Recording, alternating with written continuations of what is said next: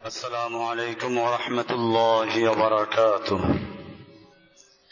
إن الحمد لله نحمده ونستعينه ونستغفره ونؤمن به ونتوكل عليه ونعوذ بالله من شرور أنفسنا ومن سيئات أعمالنا. من يهده الله فلا مضل له ومن يضلله فلا هادي له.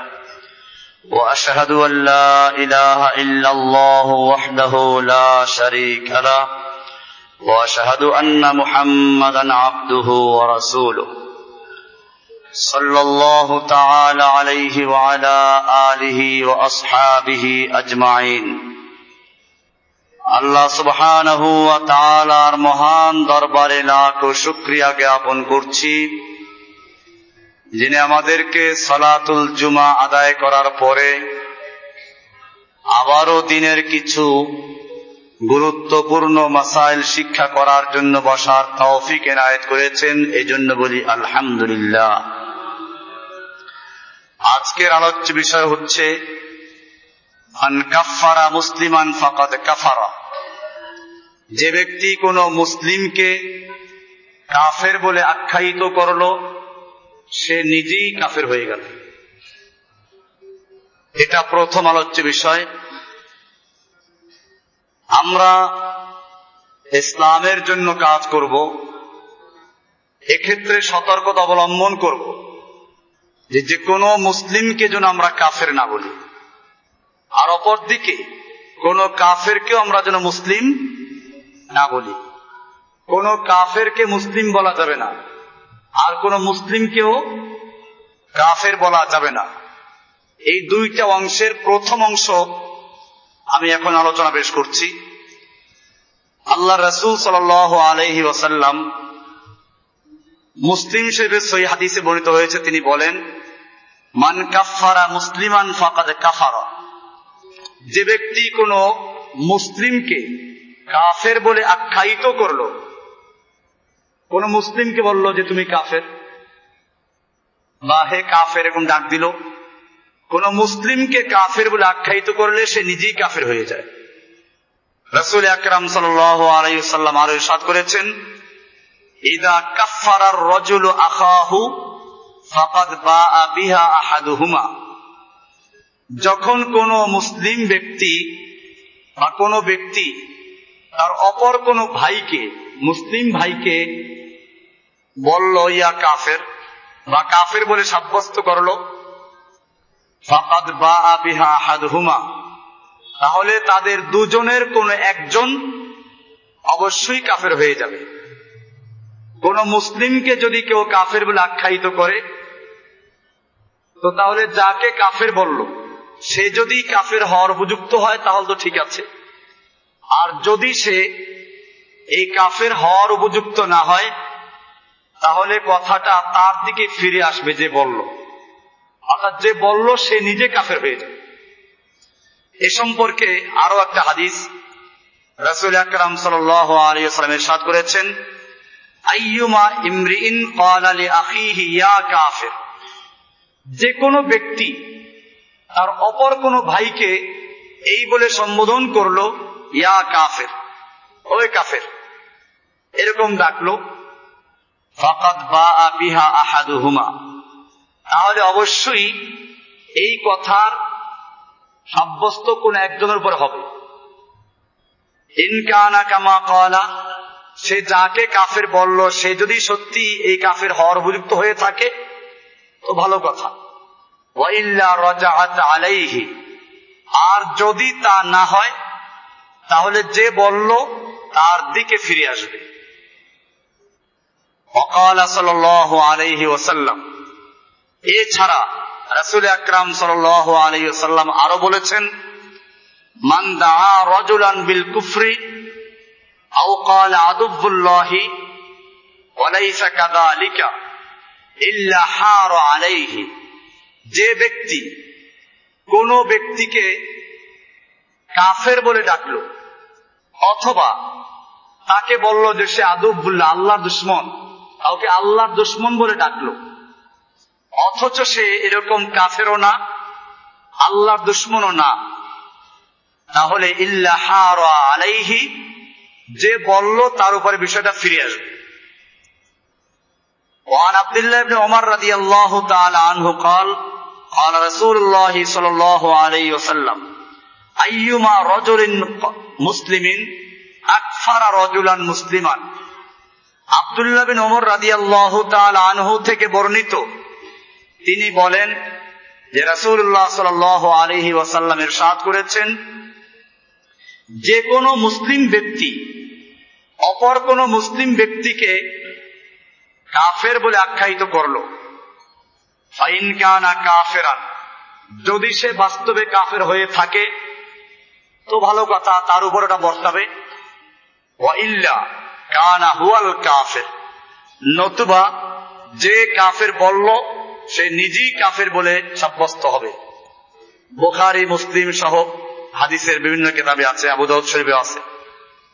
এমনি ভাবে ইবনে হিব্বানের আরেকটা হাদিস আছে, আমিন রিওয়ায়াত আবি সাঈদ আল খুদরি রাদিয়াল্লাহু তাআলা আনহু, আবু সাঈদ খুদরি রাদিয়াল্লাহু তাআলা আনহু থেকে বর্ণিত, তিনি বলেন, قال رسول الله صلى الله عليه وسلم ما أكفر رجل رجلا إلا باء أحدهما بها। যখনই কোনো ব্যক্তি কোনো ব্যক্তিকে কাফের বলে আখ্যায়িত করে, তখন তাদের দুজনের কোনো একজন, যে বলল এবং যাকে বলা হলো, এই দুজনের কোনো একজন এর উপর এটা বর্তাবে। ইনকানা কাফেরান, যদি সে বাস্তবে কাফের হয়ে থাকে যাকে বলা হলো, তাহলে তো ঠিক আছে, তার উপরে গিয়ে পড়লো। আর যদি সেটা না হয়, ওয়াইল্লা কাফারা বিতাকফিরিহি, যদি যাকে বলা হলো সে বাস্তবে কাফের না হয়ে থাকে, তাহলে যে বলল সে নিজে এই তাকফির করার কারণে কাফের হয়ে গেল। এমনি ভাবে আরেকটা হাদিস, যেটা বাজ্জাজের হাদিস, আল্লাহ রাসূল সাল্লাল্লাহু আলাইহি ওয়াসাল্লাম বলছেন, ইযা ক্বালা আর-রাজুলু লিআখিহি ইয়া কাফির ফাহুয়া কাকতলিহি, যখন কোন ব্যক্তি আর অপর কোন ভাইকে বলল ইয়া কাফির, হে কাফির, ফাহুয়া কাকতলিহি, সেই জন্য তাকে হত্যা করে ফেলবে।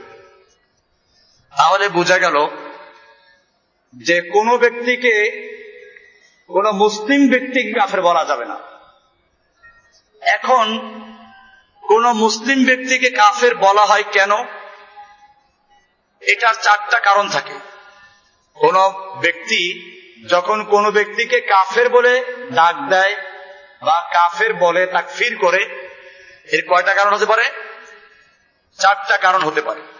আমরা এগুলো খুব খেয়াল করে শুনবো, যে আমরা দাওয়াতি কাজ করতে গিয়ে যেন এইসব ভুলগুলো না করি। এক নম্বর হচ্ছে মুস্তাহিল্লুন মুকাজ্জিবুন লিহুকমিল্লাহি, যাকে তাকফির করা হলো, কাফের বলে আখ্যায়িত করা হলো। তাকফির মানে হচ্ছে কাউকে কাফের বলে ফতোয়া দেওয়া, কাউকে কাফের বলে আখ্যায়িত করা, কাউকে কাফের বলে ঘোষণা করা। এটাকে আরবিতে বলে কি? তাকফির। আমাদের কিতাবুল আকায়েদে একটা চ্যাপ্টার আছে তাকফির, উসুলে তাকফির। তাকফির করা যায় কখন? তো কাফের আমরা কেন বলি? এক তো হচ্ছে মুস্তাহিল্লুন মুকাজ্জিবুন লিহুকমিল্লাহি, আল্লাহর কোন হুকুমকে কোন ব্যক্তি যদি কি করে, আল্লাহর বিধানকে মিথ্যা সাব্যস্ত করে, আল্লাহর কোন বিধানকে যদি কেউ হালাল মনে করে, তাহলে সে কাফের হয়ে যায়। এই কারণে তাকে তাকফির করা হয়। একজন লোক বলল, আপনি বললেন মদ হারাম, সে বলল আরে কিসের হারাম, এটা হালাল। আল্লাহ বললেন সুদ হারাম, সে বলল আরে কিসের সুদ হারাম, সুদ হালাল। সুদ খেলে কি হয়? সুদ তো ব্যবসার মতোই। এরকম কথা বলল। এরকম যদি কোনো ব্যক্তি, দেখেন আমরা যে কথা বলছি ভালো করে বুঝতে হবে, আমি এটা বলি নাই সুদ খাইলো সে কাফের হয়ে গেল। কি বললাম? আল্লাহ তাআলা সুদকে হারাম করেছেন, এই সুদটাকে যে হালাল বিশ্বাস করলো সে কি হয়ে গেল? আল্লাহ নামাজকে হালাল করেছেন, ফরজ করেছেন, যে ব্যক্তি বলল নামাজ না পড়লে কি হয়, কে ফরজ করেছে, এরকম আল্লাহর বিধানকে যে মিথ্যা সাব্যস্ত করলো সে কি? 1 নম্বর। 2 নম্বর হচ্ছে ওয়াহাজিউন লাইবুন, উপহাস করে মজাক করে কোন ব্যক্তি আল্লাহর বিধানকে তুচ্ছ তাচ্ছিল্য করলো, কৌতুক করে, তাহলে সেও কাফের হয়ে যায়। আর একটা হচ্ছে মুতাআব্বিলুন মুখতিউন, কোরআনে হাদিসের কোন আয়াতকে বা কোন হাদিসকে তাবিল করে ভুল ব্যাখ্যা করে সে গোমরাহ হয়েছে। এরকম কোন গোমরাহি এমন পর্যায়ে চলে গেল যাতে কাফের হয়ে যায়, এরকম ব্যক্তিকে কাফের বলবো।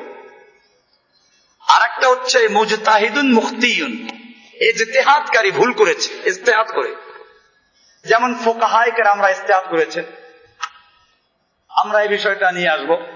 তাহলে এই 4টা কারণে মানুষকে তাকফির করে। আমরা দেখব এই 4টার কোন কোন কারণে কাউকে কাফের বলা যাবে, কাকে বলা যাবে না। প্রথম বিষয় যেটা, যে ব্যক্তি আল্লাহর কোন বিধানকে মিথ্যা সাব্যস্ত করে, আল্লাহর কোন বিধানকে, হালালকে হারাম, হারামকে হালাল বিশ্বাস করে, এই ব্যক্তিকে তাকফির করা হয়।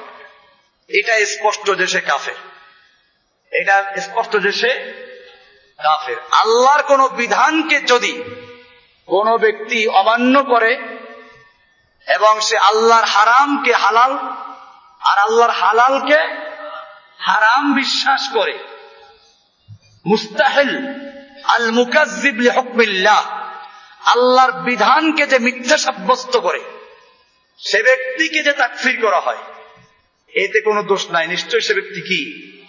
কাফের। এরপরে 2 নম্বর হচ্ছে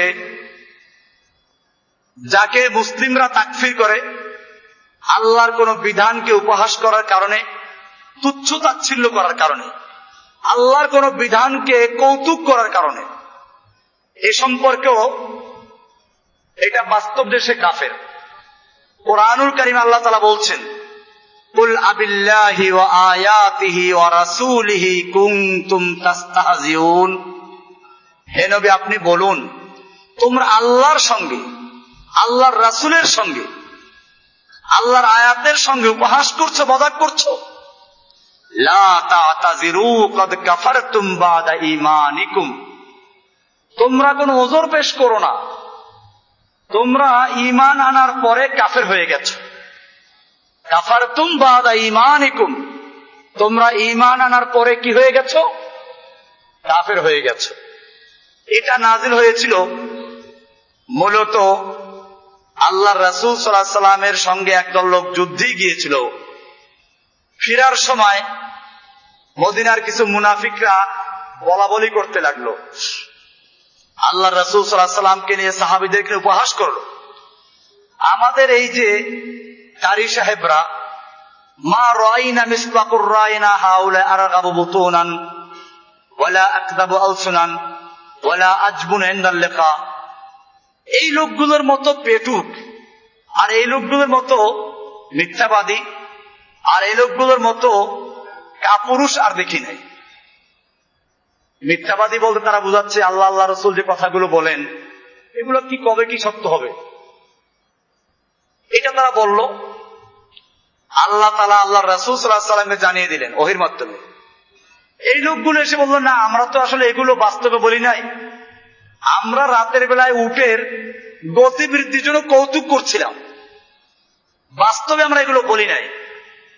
আল্লাহ তাআলা আয়াত নাজিল করে দিলেন, কুল আবিল্লাহি ওয়া আয়াতিহি ওয়া রাসূলিহি কুনতুম তাস্তাহজিউন, হে নবী আপনি বলুন তোমরা আল্লাহর সঙ্গে, আল্লাহর আয়াতের সঙ্গে এবং আল্লাহর রাসূলের সঙ্গে উপহাস করছো। লা তা'তাযিরু, না তোমরা খবরদার ওযর পেশ করো না। ক্বাদ কাফারতুম বা'দা ঈমানিকুম, তোমরা তোমাদের ঈমান আনার পরে কাফের হয়ে গেছো। তাহলে এখানে কাফের হয়ে গেল কিসের কারণে? আজকেও যদি কোনো ব্যক্তি আল্লাহর বিধান নিয়ে তুচ্ছ তাচ্ছিল্য করে তাহলে সে মুসলমান না কাফের? তাকে তাকফির করা যাবে। দুইটা বিষয় পরিষ্কার হয়ে গেল। আল্লাহর বিধানকে যে মিথ্যা মনে করে, আল্লাহর হালালকে হারাম আর হারামকে হালাল বলে বিশ্বাস করে, সে ব্যক্তি কি? তাকে তাকফির করা যাবে। 2 নাম্বার বলা হলো কি? আল্লাহর কোন বিধানকে নিয়ে অথবা আল্লাহর আয়াতকে নিয়ে, আল্লাহকে নিয়ে, আল্লাহ রাসূলকে নিয়ে উপহাস করে, মজাক করে, কৌতুক করে, তাকেও কি করা যাবে? তাকফির করা যাবে, সে কাফের হয়ে যায়। দুইটা বিষয় ক্লিয়ার হয়ে গেল। 3 নাম্বার হচ্ছে আল মুতাআব্বিল আল মুখতি।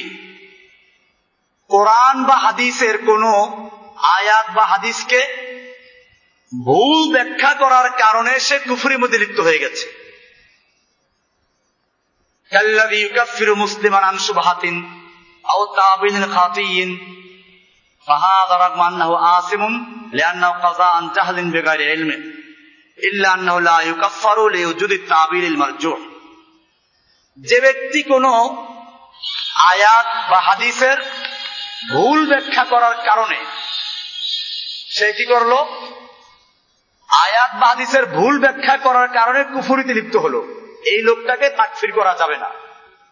কি বললাম? একে তাকফির করা খুব ভালো করে আমাদের খেয়াল রাখতে হবে। আমরা অনেককে বেদাতি বলি, মুবতাদে বলি, কিন্তু কাফের বলতে আমরা সাবধান থাকি। কি জন্য? যদি কোনো আয়াতের ভুল ব্যাখ্যা করার কারণে, এবং ওই ব্যাখ্যা করার সুযোগ আছে, খুব খেয়াল, 2টা শর্ত। ওই আয়াতের মধ্যে ওই ভুল ব্যাখ্যা করার কি আছে? সুযোগ আছে। যেমন মনে করেন একজন সাহাবী, সে কোরআনের আয়াত পড়লো যে রমজানের রাতের বেলায় খেতে থাকো, পান করতে থাকো, অকুলু অশরাবু, তোমরা খাও পান করো, কতক্ষণ? হাত্তা ইয়াতাবায়্যানা লাকুমুল খাইতুল আবিয়াদু মিনাল খাইতিল আসওয়াদি মিনাল ফাজর, যতক্ষণ পর্যন্ত কালো সুতা আর সাদা সুতা স্পষ্ট না হয়ে যায়। লোকটা করলো কি? বালিশের নিচে 2টা সুতা রাখলো, একটা কালো সুতা আর একটা সাদা সুতা। এটা রেখে ভোর রাত্রে খেতে লাগলো, আর বালিশের দিকে তাকায় যে ওই যে কালো সুতাটা আর সাদা সুতাটা 2টা আলাদা দেখা যায় কিনা। দেখা যায় না, খেতে লাগলো। ফজরে আজান হয়ে গেল, তারপরও ওই সাদা আর কালো সুতা স্পষ্ট দেখা যায় না।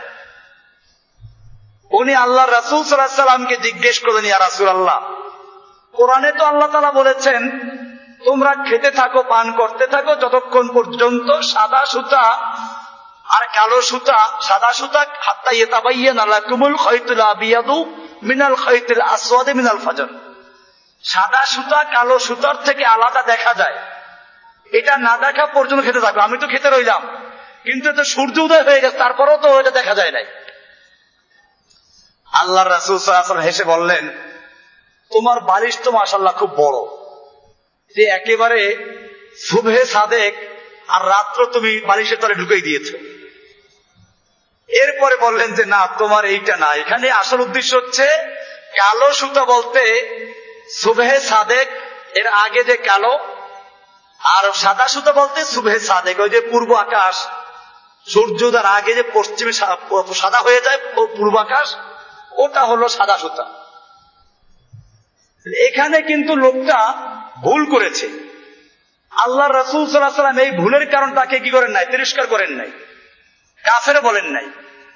কারণ একটা আয়াতের সে ভুল ব্যাখ্যা করেছে, তাবিল করেছে। এটাকে বলে কি? তাবিল। তাবিল করা, আয়াতটাকে ব্যাখ্যা করা। আর ওই ব্যাখ্যা করার সুযোগ ওখানে ছিল, ব্যাখ্যা করার অবকাশ ছিল। তাহলে একটা হলো ভুল ব্যাখ্যা করলো এবং সে ভুল ওইখানে বুঝার কি ছিল? অবকাশ ছিল। আল্লাহ রসুল ব্যাখ্যাও দেন নাই। সেই কারণে যদি কোনো ব্যক্তি ভুল ব্যাখ্যা করে কি হয়, কোনো বিভ্রান্তির মধ্যে পড়ে যায়, কুফরির মধ্যে পড়ে যায়, তাহলে তাকে কাফের বলা যাবে না। আপনি এখন প্রশ্ন করবেন যে ওই যে ওয়াবুদ রাব্বাকা হাত্তা ইয়াতিয়াকাল ইয়াকিন, যেটা জুমায় বললাম যে ফকিররা তাবিল করে, পীররা অনেক তাবিল করে, তুমি তোমার রবের ইবাদত করতে থাকো যতক্ষণ পর্যন্ত ইয়াকিন না আসে। তো তারাও তো তাবিল করেছে। ইয়াকিন মানে তারা বসে আকীদা, চূড়ান্ত বিশ্বাস, তারা কেন গোমরাহ হয়ে যাবে, তারা কেন কাফের হয়ে যাবে? আমরা বলবো হ্যাঁ, তারা কাফের হতো না যদি আল্লাহর নবী এর কোনো ব্যাখ্যা না দিতেন।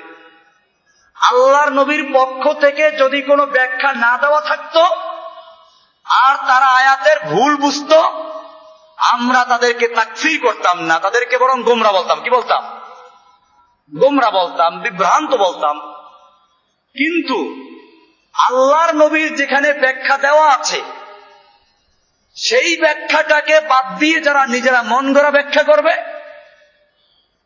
তারা এই আমাদের আলোচনার আওতাভুক্ত হবে না। আমরা বলছি যারা কোরআন এবং হাদিসের কোন আয়াত বা হাদিসের ভুল ব্যাখ্যার কারণে বিভ্রান্তির মধ্যে পড়ে গেছে এবং ওই ভুল ব্যাখ্যা করার সুযোগও আছে, আয়াতের মধ্যে হাদিসের অবকাশ আছে, তাহলে তাকে তাকফীর করা যাবে না। এক্ষেত্রে আমরা দেখব খাওয়ারেজরা আমাদের সমাজে অনেক আছে, আবার খুব পাইকারি কাফের বলে, এমনকি কোন বেদাত করলেও তাকে কাফের বলে। এটা আমরা পরিষ্কার করে দেই খাওয়ারেজ আকীদা, এটা খাওয়ারেজদের আকীদা। আমরা স্পষ্ট বলি আমরা মুসলিম, আমরা সাহাবা এবং আল্লাহর রাসূল সাল্লাল্লাহু আলাইহি ওয়াসাল্লামের অনুসরণ করে সাহাবারা যেভাবে করেছেন, আমরা শিয়া না, মুতাজিলা না, কাদিয়ানী না, খারেজি না, রাফেজি না, বাহাই না, চিশতি না, কাদেরি না, এরকম ভাবে আমরা কোন ফিরকার মধ্যে নাই। পরিষ্কার বিষয়গুলো। কিন্তু আমরা কাফের বলতে সাবধানতা অবলম্বন করব। আপনারা ইতিহাস পড়ুন, আলী রাদিয়াল্লাহু তাআলা আনহুর যুগে খাওয়ারেজরা যারা আলীকে পর্যন্ত কাফের বলল, ইমাম ইবনে তাইমিয়া রাহমাতুল্লাহ লিখেছেন, আল খাওয়ারেজ কানু আযহারান নাস বিদআতান, খাওয়ারেজরা ছিল এই উম্মতের মধ্যে সবচেয়ে বড় বিদআতি, ওয়া কাতলান লিল উম্মতি, এবং তারা মুসলিমদেরকে হত্যা করত, ওয়া তাকফিরান লাহা, মুসলিমদেরকে কাফের বলতো, আলীকে পর্যন্ত কাফের বলতো। ওয়ালাম ইয়াকুন ফিস সাহাবাতি মান ইউকাফিরুহুম, অথচ সাহাবীরা তাদেরকে কাফের বলেন নাই। সাহাবীরা কি বলেন নাই? লা আলিয়ুন ইবনে আবি তালিব ওয়ালা গায়রুহুম, আলী রাদিয়াল্লাহু তাআলা নিজে ওদেরকে কাফের বলেন নাই, অন্য কোন সাহাবীও খাওয়ারেজদের কি বলেন নাই? কাফের বলেন নাই। বাল হাকামু ফীহিম বিহুকমিহিম ফিল মুসলিমিনা আয-যালিমিনা আল-মুতাদিন, বরং তাদের ব্যাপারে ফয়সালা দিয়েছেন যে এরা মুসলিম, জালেম, সীমালঙ্ঘনকারী, বেদাতি, চরম বেদাতি, এটা বলেছেন। কিন্তু কি বলেন নাই? কাফের বলেন নাই।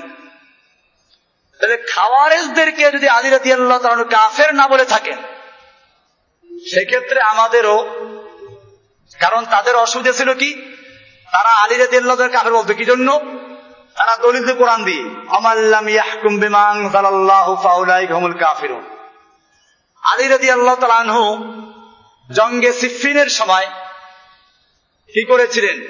যখন আলী এবং মুয়াবিয়ার মধ্যে যুদ্ধ হচ্ছিল, আলীর বাহিনী আমিরে মুয়াবিয়ার বাহিনীকে পরাজিত করছিল। সেই সময় আমিরে মুয়াবিয়া রাদিয়াল্লাহু বাহিনীর মধ্যে একটা লোক ছিল চালাক সাহাবী, আমর ইবনে আস। উনি বললেন যে একটা কাজ করো, তোমরা তীরের মাথায় কোরআন ধরো, ধরে বলো যে আমরা এই কোরআনের মাধ্যমে ফয়সালা করব, যুদ্ধ করব না। তারা এটাই করলো। আলী রাদিয়াল্লাহু তাআলা বললেন যে না, ওরা প্রতারণা করছে, ওদেরকে কতল করো। আলীর দলের মধ্যে একদল লোক ছিল, এরা বললো না, ওরা আমাদেরকে কোরআনের দিকে আহ্বান করছে আর তুমি আমাদেরকে যুদ্ধের দিকে আহ্বান করছো। তুমি যদি যুদ্ধ বন্ধ না করো তাহলে আমরা তোমার সাথে সেই আচরণ করব যা আমরা ওসমানের সঙ্গে করেছিলাম। আমরা ওসমানকে যে হত্যা করেছিলাম তোমাকে হত্যা করব। বাধ্য হয়ে আলী রাদিয়াল্লাহু তাআলা আনহু কি করলেন? ওদের সঙ্গে কথাবার্তা বলার জন্য মেনে নিলেন, যুদ্ধ বন্ধ করলেন। যুদ্ধের বন্ধের পরে সমঝোতা হলো যে আলীর পক্ষ থেকে একজন সালিশ নিয়োগ করা হবে আর আমিরে মুআবিয়ার পক্ষ থেকে একজন সালিস নিয়োগ করা হবে। এই দুইজনে 6 মাস আলোচনা করবে, সিদ্ধান্ত দিবে, এবং উভয় পক্ষ যে সিদ্ধান্ত দেয় ওটা মেনে নিবে। এই যে খারেজিরা, এরা বলল দেখো আলী তুমিও কাফের হয়ে গেছো, আমিরে মুআবিয়াও কাফের হয়ে গেছে, কারণ তোমরা কোরআনের বিরুদ্ধে তৃতীয় সালিস মেনেছো। দেখেন কি ব্যাখ্যাটা করলো, অথচ এটা তো কাফের হয়ে যায় না। কারণ সালিস বানানো, এই সালিসদেরকে দায়িত্ব দেওয়া হয়েছে যে এরা কোরআন সুন্নাহ মোতাবেক একটা সমাধানে আসবে, এটা কোরআন সুন্নাহর বাইরে না। তাছাড়া সালিস নিয়োগ করা যায়, বিয়ের মধ্যে আছে, স্বামী স্ত্রী যদি কোনোভাবে বোনাবুনি না হয় তাহলে কি করবে? প্রথমে স্বামী স্ত্রীকে সাবধান করবে, প্রয়োজনে হালকা মার দিবে, এতে না হলে বিছানা আলাদা করে দিবে। তাতেও যদি না হয় তাহলে আস্তে আস্তে পদক্ষেপ নিবে। কেমনে? ফাবাসু হাকামান মিন আহলিহি ওয়া হাকামান মিন আহলিহা, স্বামীর পরিবার থেকে একজন হাকাম বিচারক আর স্ত্রীর পরিবার থেকে একজন বিচারক, এই দুইজনে আলোচনা করবে, তার মাধ্যমে দুইজনকে বুঝাবে। তাতেও যদি না হয় তাহলে কি করবে? তাহলে 1 তালাক দিয়ে রাখবে। একসাথে তালাক 3টা আছে তা দেয়, 100 তালাক দেয়। হ্যাঁ, এরকম না, তাল গাছের মতো তালাক দিলাম, তোরে তালাক দিলাম 100 তালাক, তার মধ্যে এক একটা তালাক তাল গাছের মতো, এরকম তালাক দেয়, 1000 তালাক দিল। এইসব দিয়ে তারপরে আসে হুজুর কাছে, হুজুর রাগ করে তালাক দিয়েছিলাম। ওই বেটা তালাক রাগ করে দেয় না আদর করে দেয়? তালাক কি আদর করে দেয় নাকি কেউ? তালাক তো রাগ করেই দেয়। সালাসুন জিদ্দুহুন্না জিদ্দুন ওয়া হাজলুহুন্না জিদ্দুন, 3টা জিনিস আছে, ইচ্ছায় বলুক অনিচ্ছায় বলুক, উপহাস করুক মজাক করুক রাগে বলুক, এটা হয়ে যাবে। একটা তালাক, একটা বিয়া, আর একটা গোলাম আজাদ করা। আপনি উপহাস করে বলেন যে ধর এই আমার মেয়েটা তোর কাছে বিয়ে দিলাম, সে বলল আমি কবুল করলাম, সাক্ষী সামনে আছে, বিয়ে হয়ে গেছে, এখন দিয়ে সে বউ নিয়ে নেবে। এরকম তালাকের ক্ষেত্রেও এই যে তাবিল করতে আসে, তো যাই হোক, আলী রাদিয়াল্লাহু তাআলা আনহু যে বিচারক নিয়োগ করলেন, এটা কি কোনো দোষ করেছেন? কিন্তু এই লোকগুলো বললো না তুমি কাফের হয়ে গেছো। ইনিল হুকমু ইল্লা, দেখেন স্লোগানটা কি, ইনিল হুকমু ইল্লা লিল্লাহ, আল্লাহ ছাড়া কারো বিচার চলবে না, তুমি তৃতীয় পক্ষকে বিচার মেনেছো, কাফের হয়ে গেছে। এই কারণেই আলী রাদিয়াল্লাহু বলেছিলেন, উনি যখন কুফার মসজিদে খুতবা দিচ্ছিলেন, এক কোণার থেকে একজন খারেজি চিৎকার মেরে বলল ইনিল হুকমু ইল্লা লিল্লাহ, আল্লাহ ছাড়া কারো বিচার মানি না।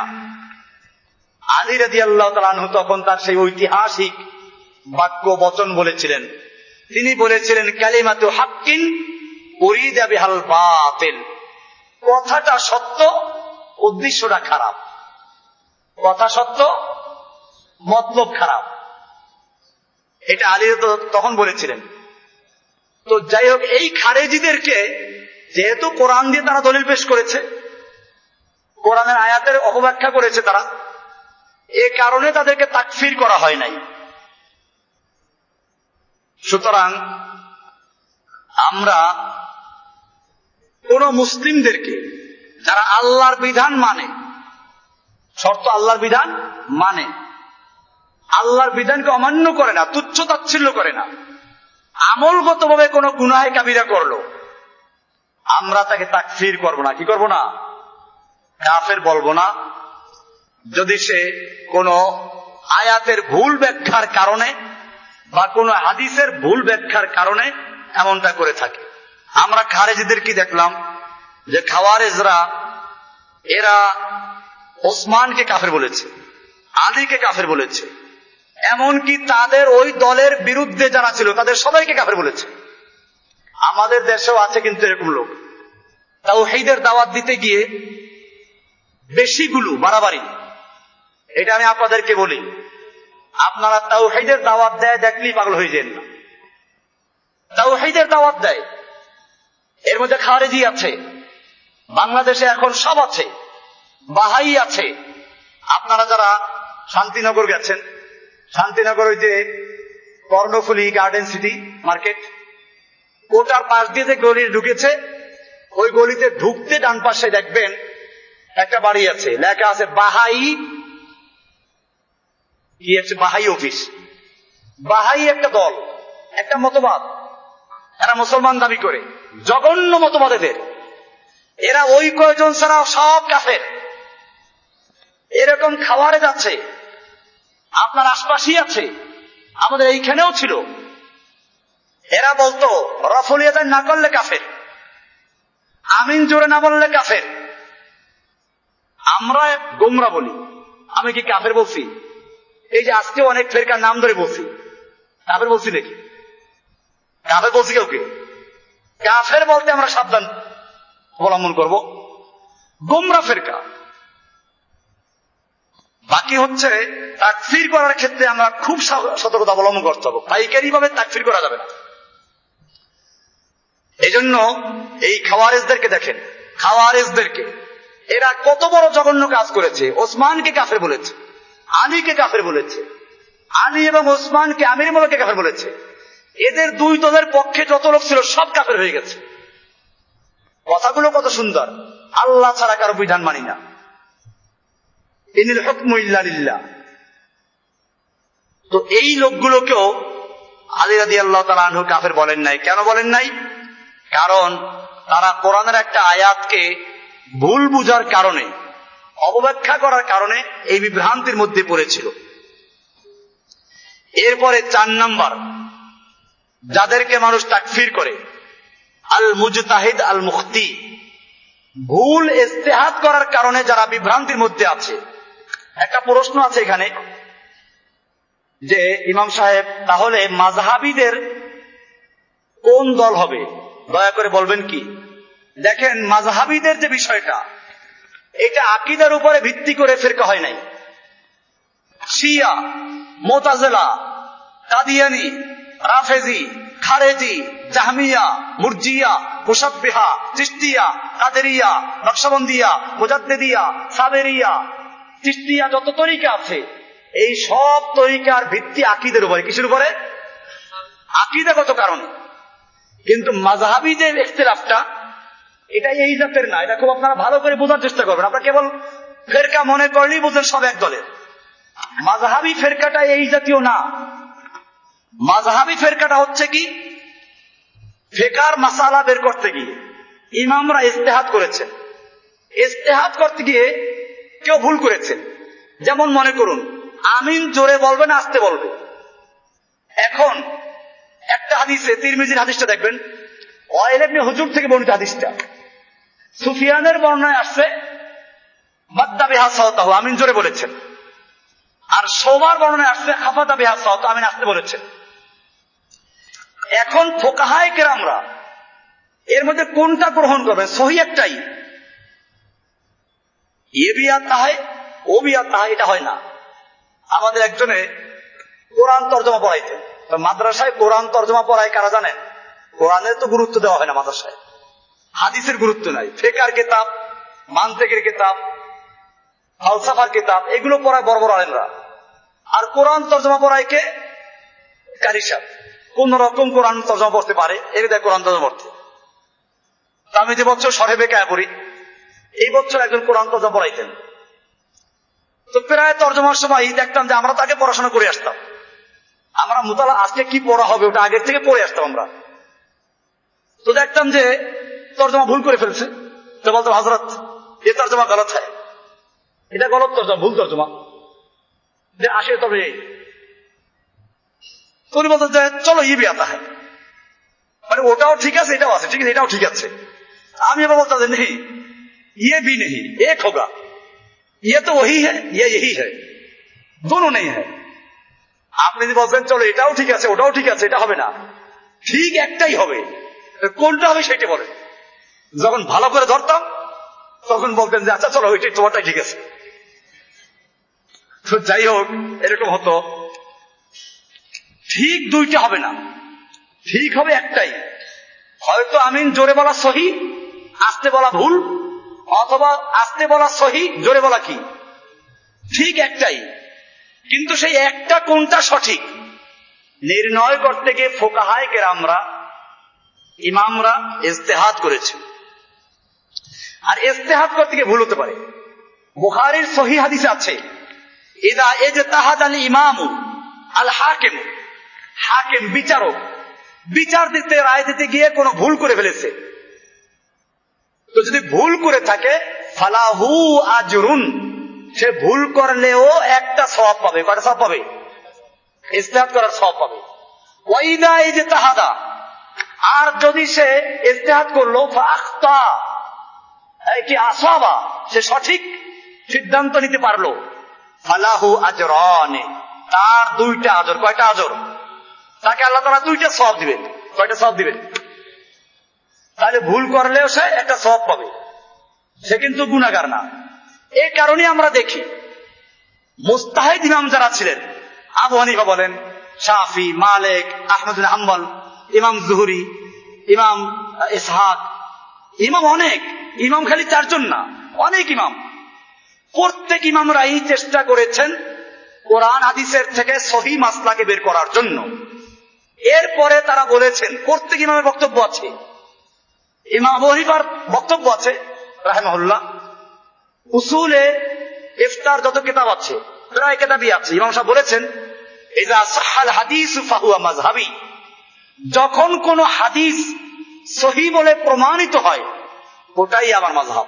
ওটাই, তার মানে কি আমার নির্দিষ্ট কোনো মাযহাব নাই, হাদিস সহিহ যেটা হবে ওইটাই কি আমার মাযহাব, ওইটাই রাসূলের মাযহাব।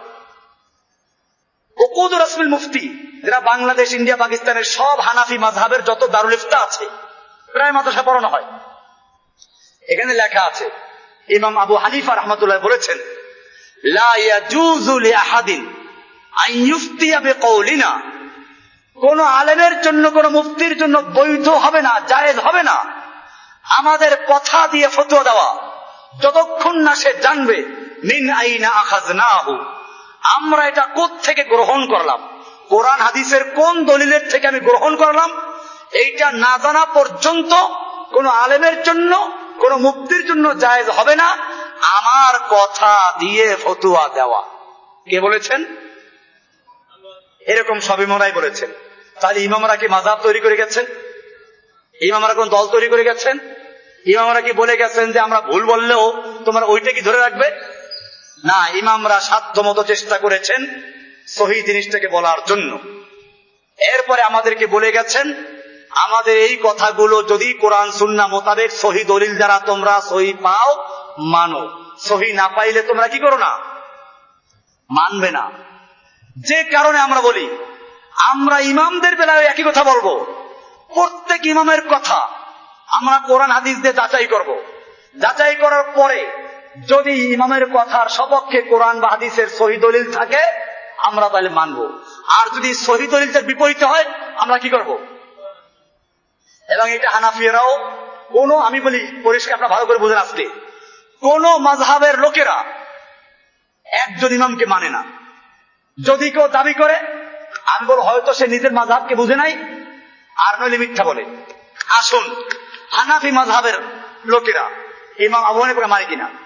ইমাম আবু হানিফা রাহমাতুল্লাহ আলাইহি বলেছেন, যদি পৃথিবীর মাশরিক থেকে মাগরিব পর্যন্ত কোন এক জায়গায় ঈদের নতুন চাঁদ দেখা যায় অথবা রমজানের চাঁদ দেখা যায়, তাহলে পুরা পৃথিবীর মানুষকে এক হুকুম মেনে নিতে হবে। তিনি যুক্তি পেশ করে, দলিল পেশ করেছেন। তিনি বলেছেন যে এটা যুক্তিসঙ্গত, কারণ হচ্ছে এই পৃথিবী কয়টা, চাঁদ কয়টা, কোরআন কয়টা, হাদিস কয়টা, নবীর উম্মত নবী কয়জন, আমরা এক নবীর উম্মত, এক কোরআন, এক হাদিস মানি। আমরা জুমা পড়ি কয়দিনে? সারা পৃথিবীতে জুমার নামাজ একদিনে পড়ি, ভিন্ন ভিন্ন পড়ি, একদিনে পড়ি, সময় যার যার মতো। তাহলে ইমাম আবু হানিফার বক্তব্য হচ্ছে সারা পৃথিবীতে যে কোনো প্রান্তে যদি চাঁদ দেখা যায়, রোজার রাখার চাঁদ, সারা পৃথিবীর লোকেরা রোজা শুরু করে একসাথে। আবার সারা পৃথিবীর কোন এক প্রান্তে যদি ঈদের চাঁদ দেখা যায় তো ঈদ হয়ে যাবে। এটাই আবু হানিফার বক্তব্য। এবং তিনি আরো দলিল পেশ করেছেন যে লাইলাতুল কদরে কোরআন নাযিল হয়েছে। লাইলাতুল কদর কয়টা? না দুইটা। যদি তোমরা আলাদা করো তাহলে লাইলাতুল কদর থেকে বঞ্চিত হইবা, কারণ লাইলাতুল কদরে আল্লাহ কোরআন নাযিল করেছেন। আর কোরআন নাযিল হয়েছে মক্কায়। মক্কার লাইলাতুল কদর যেটা, সারা পৃথিবীর লাইলাতুল কদর কি সেটা হবে নাকি আলাদা হবে? তাহলে মক্কায় যখন লাইলাতুল কদর বেজোর রাত্রে হয়, বাংলাদেশ পাকিস্তান ইন্ডিয়াতে হয় তখন জোর রাত্র, আর বাংলাদেশে যখন জোর রাত্র তখন সৌদি আরবে কি বেজোর। তাহলে লাইলাতুল কদর কোনটা সঠিক?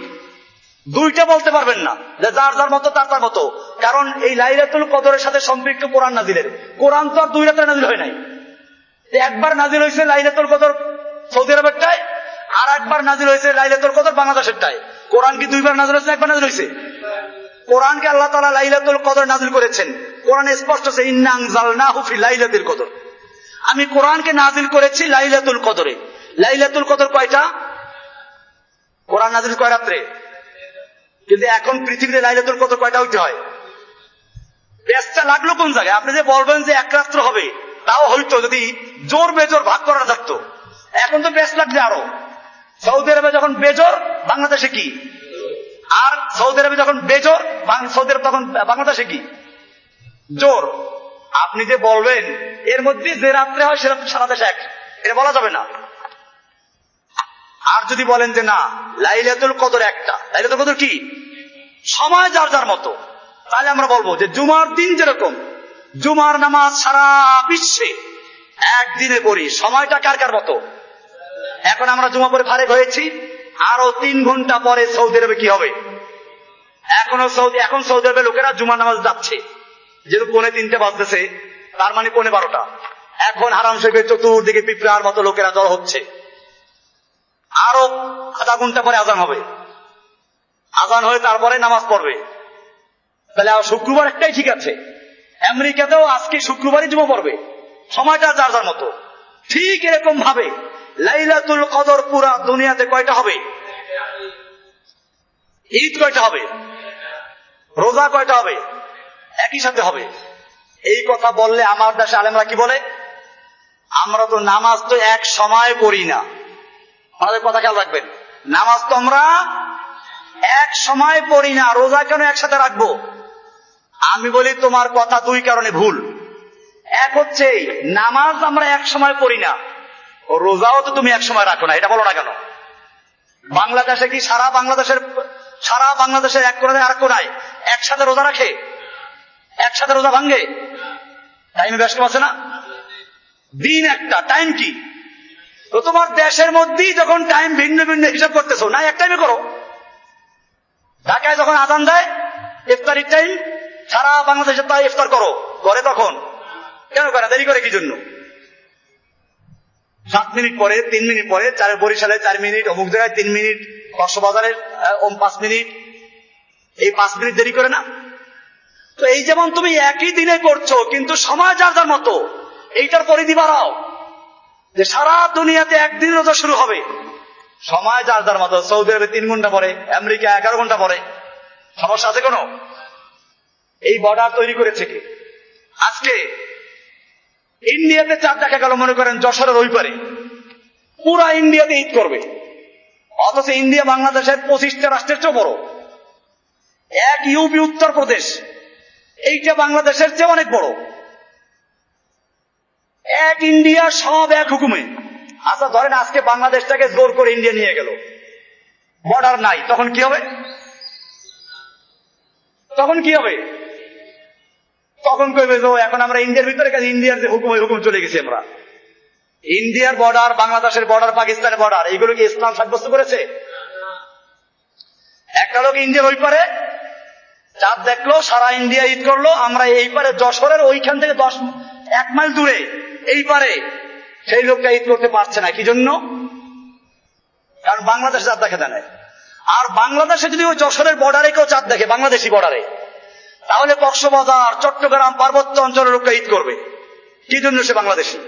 অথচ ওইখানের সাথে ওখানে পার্থক্য আছে না? তোরা যে আলাদা হুকুম করো, বাংলাদেশের ঢাকায় আলাদা হুকুম, চিটাগাঙ্গে আলাদা হুকুম, সিলেটে আলাদা হুকুম, প্রত্যেক এলাকায় চাঁদ দেখতে হবে। কারণ আল্লাহ রাসূল সাল্লাল্লাহু আলাইহি ওয়াসাল্লাম বলেছেন, সুমু লিরুয়াতিহি আফতিরু লিরুয়াতিহি, তোমরা চাঁদ দেখে রোজা রাখো আর চাঁদ দেখে রোজা ছাড়ো।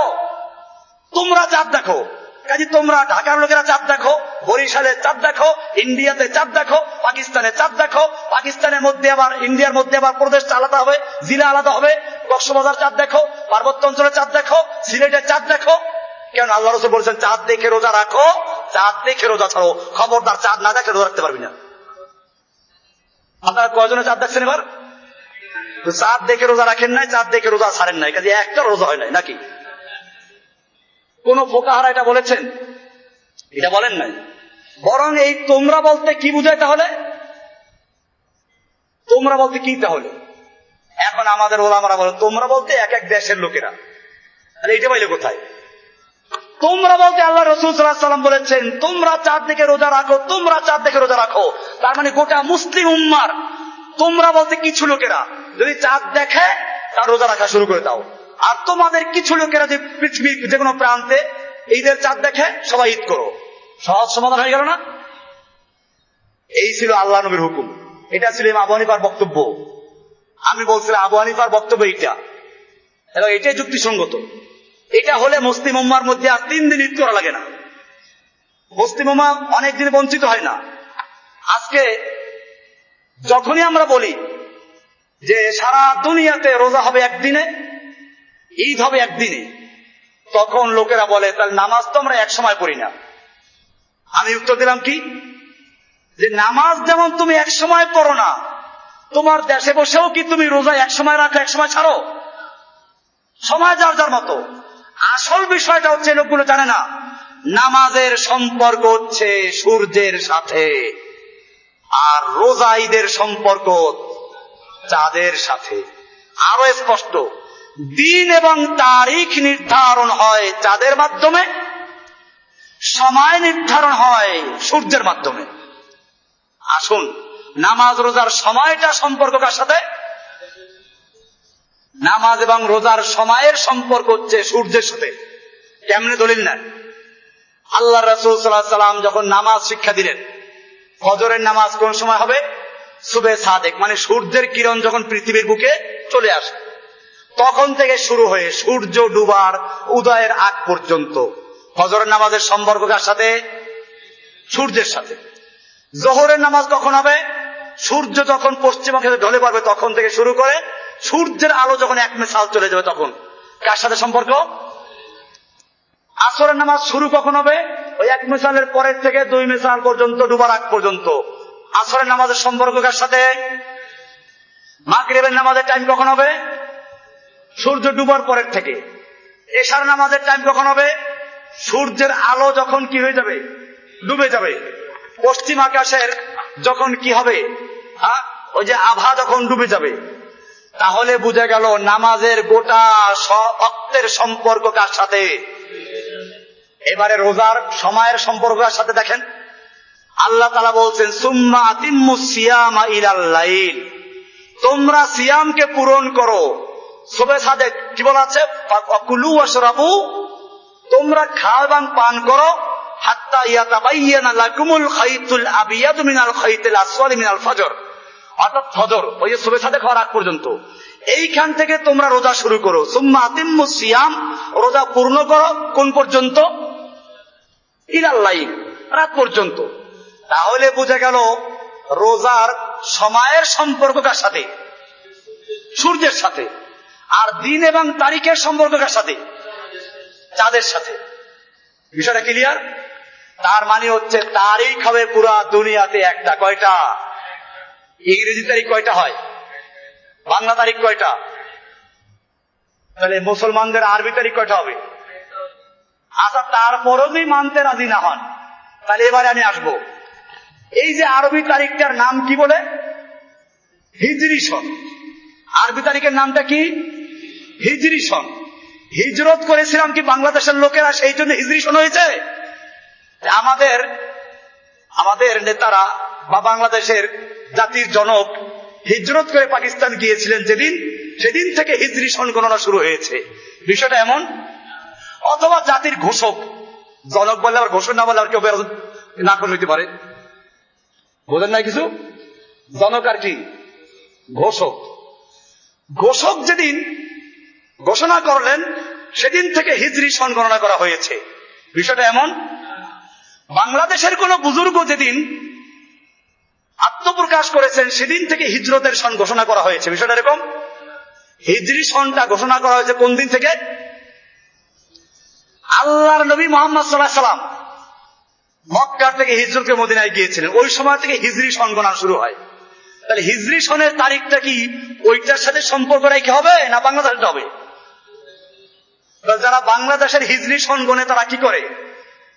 তারা কার হিজরতের সন গণনা করে? মুহাম্মদ সাল্লাল্লাহু আলাইহি ওয়াসাল্লাম হিজরি সন না অন্য কারো হিজরতের সন? কার হিজরি সন? আরবি সনটা কিসের সন? হিজরি সন। হিজরি সনের সম্পর্ক কিসের সাথে? হিজরতের সাথে। কে হিজরত করেছিল? মুহাম্মদ সাল্লাল্লাহু আলাইহি ওয়াসাল্লাম। সেটা কি বাংলাদেশের হিজরি তারিখে হিজরত করেছিল না আরবদের হিজরি তারিখে?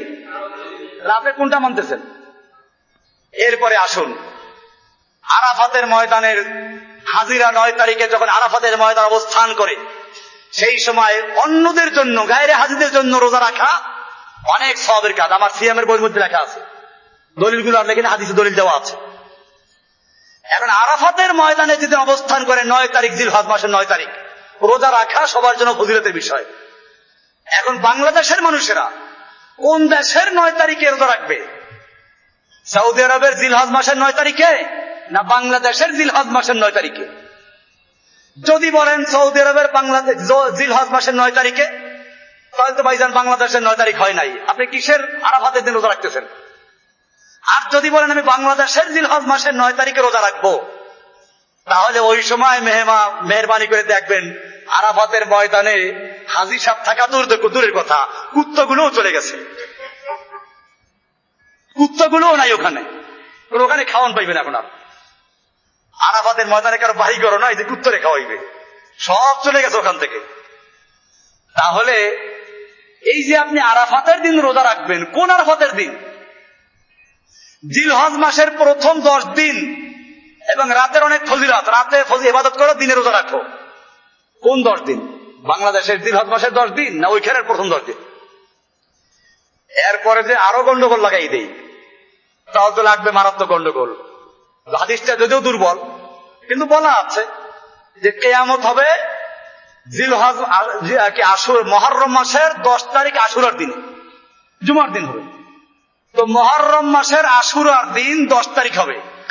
সেই আশুরার দিন 10 তারিখ মুহররম মাসের কোন দেশের মুহররম? বাংলাদেশেরটা না সৌদি আরবেরটা? যদি সৌদি আরবের মুহররম মাসের 10 তারিখে ওখানে কিয়ামত শুরু হয়, আমরা তো টেলিভিশন দেখবো কিয়ামত শুরু হয়ে গেছে, অথবা মোবাইল দিয়ে আমাদেরকে বলে দেওয়া হবে কিয়ামত শুরু হয়ে গেছে। আমরা এখানে তওবা টবা পরে একটা সব পাকা মুসলমান হয়ে যাব, আর কিয়ামতই হবে না, এখানে কিয়ামত ফিরে যাবে। যাই হোক, আমি বলতেছিলাম ইমাম আবু হানিফা রাহমাতুল্লাহ আলাইহি সে কারণে হাদিসকে উনি সহিহ বুঝেছেন। ওই যে বিভিন্ন দেশের বিভিন্ন হুকুম, ওটা আসলে ইমাম শাফিঈ সাহেবের বক্তব্য, তাও একটা বিশেষ কারণে। ইমাম শাফিঈ রাহমাতুল্লাহ আলাইহি উনি বলেছেন যে আসল বিষয়টা হচ্ছে, যদি এখন বলি সারা দুনিয়া এক হুকুমে চলবে, আগে যদি খবর পৌঁছানো সম্ভব ছিল না, এইখানে চাঁদ দেখা গেল, আমি খবর পৌঁছাতে পারলাম না, তো তারা কি করবে? এই জন্য উনি বলেছেন একটা দ্রুতগামী ঘোড়ায় চড়ে সারা দিনে যে পর্যন্ত পৌঁছানো সম্ভব ওই পর্যন্ত লোকদের জন্য এক হুকুম। তাহলে বোঝা গেল এটা একটা ভিন্ন ব্যাপার ছিল, খবর পৌঁছানো যায় না বিধায় আমরা বলি ধন্যবাদ। সেজন্য খবর না পৌঁছাতে পারলে তারা ঈদ করবে কেমনে, রোজা রাখবে কেমনে? ঠিকই ছিল, কিন্তু এখন কি আর সেই সমস্যা আছে? এখন পুরা দুনিয়া বলা হয় একটা গ্লোবাল ভিলেজ। তো যখন একটা দুনিয়া একটা মুঠের মধ্যে চলে আসলো, এখন খবর পৌঁছাইতে আর কোনো সমস্যা নাই, তাহলে কেন আমরা সারা দুনিয়ার মানুষেরা ভিন্ন ভিন্ন চাঁদ দেখার ফতোয়া দিব? তাহলে তো বাংলাদেশের মধ্যেও এক হুকুম চলবে না, কারণ সময়ের ব্যবধান এখানেও আছে, এখানেও সময়ের ব্যবধান আছে। ঢাকায় এক সময়, চট্টগ্রাম আর এক সময়, খুলনা আর এক সময়, সিলেটে আর এক সময়। এই জন্য প্রত্যেক এলাকার লোকদের আলাদা আলাদা চাঁদ দেখে ঈদ করা উচিত, তা কি করে? যাই হোক, আবু হানিফা রাহমাতুল্লাহ ফতোয়া দিলেন সারা দুনিয়া চলবে এক হুকুমে। এটা মানা হয় না, হানাফিয়ারাও এটা মানে না। তাহলে আবু হানিফাকে মানলো না। কিন্তু এই যে একটা কথা ইমাম সাহেবকে মানবো আমরা, মানে এটা আসুন দ্বিতীয় নাম্বার, ইমাম আবু হানিফা রাহমাতুল্লাহর বক্তব্য হচ্ছে, কারো যদি জমি বেশি থাকে তো বর্গা জমি দেয় না, কৃষকদেরকে চাষ করতে দেয়, ফসল যা হবে অর্ধেক জমিওয়ালার, অর্ধেক কৃষকের, বা 3 ভাগের 1 ভাগ কৃষকের, 2 ভাগ জমিওয়ালার। এই যে ফসল উৎপন্ন হবে যা, তার একটা নির্দিষ্ট পরিমাণ ভাগে জমি চাষ করতে দেওয়া হয়, বর্গা চাষ। ইমাম আবু হানিফা রাহমাতুল্লাহ বলেন যেটা জায়েজ নাই। এটা কি নাই? জায়েজ নাই। কেন জায়েজ নাই? তো তোমার জমি বেশি আছে, পারলে চাষ করো নিজে লোকজন রাইখা, আর না পারলে গরিবকে এমনি দিয়ে দাও। ওরা তোমাকে চাষ করে অর্ধেক দিবে তা হবে না। কিন্তু পরবর্তীতে ইমাম আবু হানিফার শিষ্যরা আবু ইউসুফ মোহাম্মদ বলছেন যে না, এটা জায়েজ আছে, প্রয়োজন আছে, না হইলে কেমন মানুষ সমস্যা পড়ে যাবে, জায়েজ করে দিল। আবু হানিফাকে মানলো? এখানে মানে নাই। ইমাম আবু হানিফা বলেছেন, যদি কোনো ব্যক্তি সূরা ফাতিহা ভালো করে পড়তে না পারে তাহলে ফার্সিতে তর্জমা বললে চলবে। তো ও সময় ছিল ওখানে ফার্সি, আমরা বলতে পারি বাংলায়।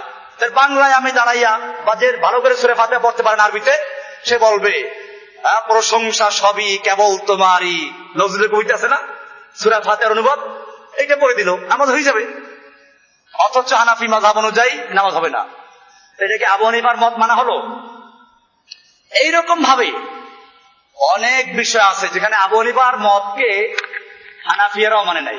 ইমাম আবু হানিফা বলেছেন, নবীজে তমর, খেজুর ভিজানো পানি দিয়ে উযু করা যায়। কেউ যদি পিওর পানি না পায়, খেজুর ভিজানো পানি আছে, আর ওরা খেজুর ভিজিয়ে রাখতো, তো খেজুর ভিজাইলে আবার বেশি ভিজাইলে পরে ঝা করতো, আস্তে আস্তে ওরা মদ হইয়ে দিত। তো এই খেজুর ভিজানো পানি খাইলে খুব ভালো লাগে, মিষ্টি লাগে গরমের সময়। তো আবু হানিফার বক্তব্য হচ্ছে যে যদি ভালো পানি না পাওয়া যায় তো খেজুর ভিজানো পানি দিয়ে উযু করা যায়। নবীজে তমর, এটা হাদিসের খুব এটা একটা খুব উল্লেখযোগ্য মাসলা। অথচ হানাফি মাযহাবের ফতোয়া এটার করে না।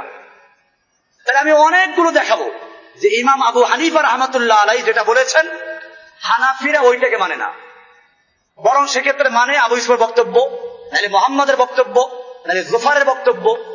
আমি বলি, যদি তোমরা আবু হানিফার কথা কোরআন সুন্নাহ মোতাবেক সহিহ অথবা বর্তমান সময়ের সঙ্গে সামঞ্জস্যশীল নয় বলে বাতিল করে আবু ইউসুফের কথা মানতে পারো, মুহাম্মাদের কথা মানতে পারো, তাহলে আমি বলবো এই ক্ষেত্রে যদি আবু হানিফার কোনো কথা সহিহ মনে না করায়, কেউ শাফি সাহেবের কথা মানলো, কেউ মালিকের কথা মানলো, কেউ ইসহাকের কথা মানলো, কেউ ইমাম বুখারীর কথা মানলো, কেউ মুসলিমের কথা মানলো, কেউ ইবনে শাহাব যুহরির কথা মানলো, কেউ আরেকজনের কথা মানলো, অসুবিধা আছে কিছু? কোরআন সুন্নাহ মোতাবেক যারটাকে সহিহ পাবো তারটা কি করব? এখন ক্লিয়ার?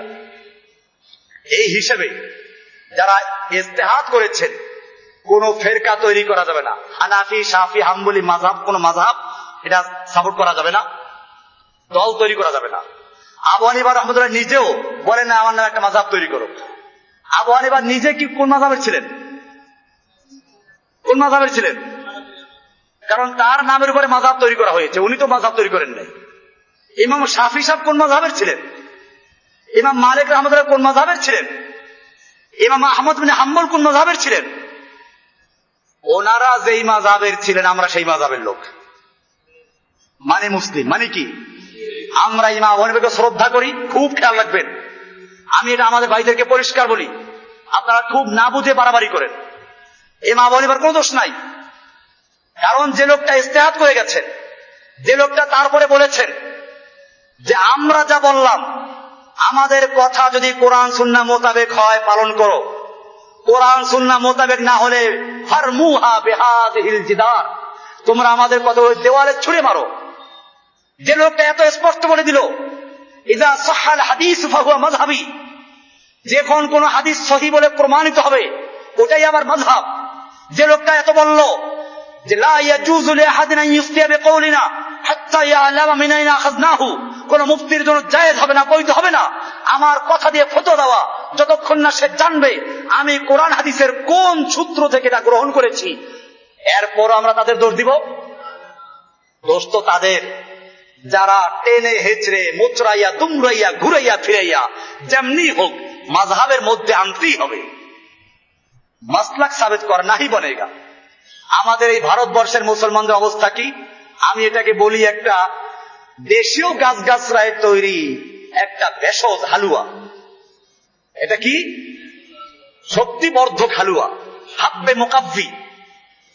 আগের যুগে ধনী লোকেরা কি করত? বউ থাকতো 10-12টা, তো এইগুলো রাখার জন্য আবার একটা শক্তিবর্ধক হালুয়া খাইতো। কি করত বলেন নাই? হাব্বে মুকাফফি। এখনো গিয়ে দেখবেন ওই যে হাকিমি দওয়াখানায় দেখবেন এখন হাব্বে মুকাফফি বিভিন্ন ভেষজ গাছগাছরা লতা পাতা দিয়ে তৈরি করে। তো আমাদের এই দেশের মুসলমানরা যে ইসলাম পালন করে এটা কেমন খেয়াল করেন? এই দেশের মুসলমানদেরকে আপনারা জানেন না, যারা জানে তাদের কিছু মাযহাব হলো হানাফি, কিন্তু তরিকা কিন্তু হানাফি না। তরিকা কি? তরিকা চিশতি, কাদরি, নকশবন্দি, মুজাদ্দিদি, সাবেরি। আবার দেখবেন আকীদার ক্ষেত্রে বলবেন কোন মাযহাব মানো, তো বলবে আশআরী, মাতুরিদি। কি মানে? আবুল হাসান আশআরী আল মাতুরিদি, আবু মনসুর আল মাতুরিদি এদের মাযহাব মানে। এটাকে আমি এরকম বলি, হেলিকপ্টারের পাখা, ঠেলা গাড়ির চাকা, ট্রাকের মাথা। কি হলো? হেলিকপ্টারের পাখা, ঠেলা গাড়ির চাকা আর ট্রাকের মাথা। এই যোগ দিয়ে একটা গাড়ি তৈরি করে দিয়েছে ভেষজ ইসলাম। এটার নাম কি? मजहबन हनाफी है, अकीदतन अशारी मातुरिदी है और तसव्वुफ में चिश्ती कादरी नक्शबंदी मुजद्दिदी है। বলেন নাই আমরা মাযহাবের দিক থেকে হানাফি, আকীদার দিক থেকে আশারি মাতুরিদি, আর তরিকার দিক থেকে চিশতি কাদেরি নকশবন্দি মুজাদ্দিদি সাবেরি। কি ইসলাম এটা? কেন সবটা এক জায়গায় যাইতে পারো না? আমরাও স্পষ্ট বলি हम मजहबन भी मोहम्मद सल्लल्लाहु अलैहि वसल्लम के मजहब मानते हैं इस्लाम, अकीदा में भी हम मोहम्मद सल्लल्लाहु अलैहि वसल्लम के अकीदा मानते हैं, तौहीद का अकीदा, और तरीका में भी हम चिश्ती कादरी नक्शबंदी मुजद्दिदी मानते नहीं हैं, हम मानते हैं एक ही तरीका मोहम्मद सल्लल्लाहु अलैहि वसल्लम के तरीका और साहबाए किराम के तरीका वो इस्लाम के तरीका है। পরিষ্কার হয়ে গেল। সুতরাং আমাদের সম্পর্কে যখন কেউ জানতে চাবে এরা কোন মাযহাবের লোক, কোন দলের লোক, পরিষ্কার আমাদের মাযহাবের নাম কি? ইসলাম। আমাদের পরিচয় কি? মুসলিম। আমাদের সংবিধানের নাম কি?